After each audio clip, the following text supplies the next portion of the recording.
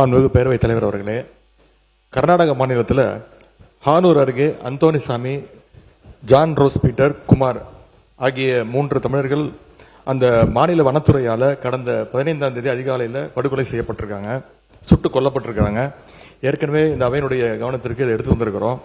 இன்றைக்கு சுட்டுக் கொல்லப்பட்ட அந்த 3 தமிழர்களுடைய போஸ்ட்மார்ட்டம் ரிப்போர்ட் இன்னைக்கு வெளிவந்திருக்கு. அதில் 3 பேருமே சித்திரவதை செய்யப்பட்டு மிக அருகில் நிற்க வைக்கப்பட்டு சுட்டுக் கொல்லப்பட்டிருக்காங்கன்னு இந்த செய்திகள் போஸ்ட்மார்ட்டம் ரிப்போர்ட் மூலமாக தெரிய வந்திருக்கு. 3 பேருக்குமே உடல் முழுக்க படுகாயங்கள் இருந்திருக்கு, விலா எறும்பு முறிக்கப்பட்டு இருக்கு அப்படின்னு போஸ்ட்மார்ட்டம் ரிப்போர்ட் தெளிவாக சொல்லுது. எனவே இது முழுக்க முழுக்க ஒரு படுகொலை. இந்த படுகொலைக்கு எதிராக இந்த ஆட்சியை என்ன நடவடிக்கை எடுத்திருக்கு என்பதை தெரிய விரும்புகின்றேன். குறைந்தபட்சம் அந்த மாநில அரசுகிட்ட விளக்கம் கேட்டு கடிதம் எழுதியிருக்கிறதா? கடந்த வாரம் கர்நாடக முதலமைச்சர் அந்த தென்மண்டல மாநாட்டிற்காக இங்கே வந்தார்.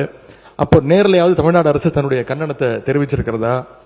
கர்நாடகா மாநில காவல்துறைக்கு பதிலாக ஒரு மேல்மட்ட நீதி விசாரணை செய்ய தமிழ்நாடு வலியுறுத்தணும்னு நான் ஏற்கனவே இந்த அவையில் குறிப்பிட்டிருக்கிறேன்.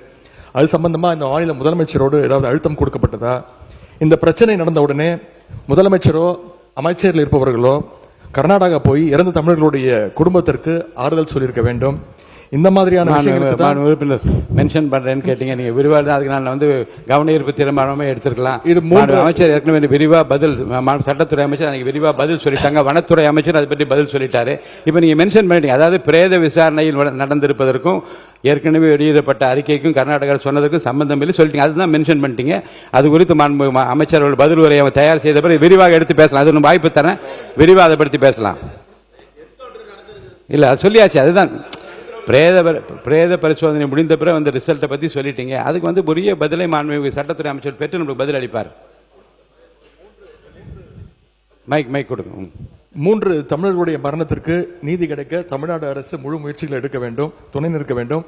அவங்க குடும்பத்திற்கு தேவையான நிதி உதவியும் சட்ட உதவியும் அரசு செய்ய வேண்டும் என்று உங்களோட கவனத்துக்கு கொண்டு வருகின்றேன்.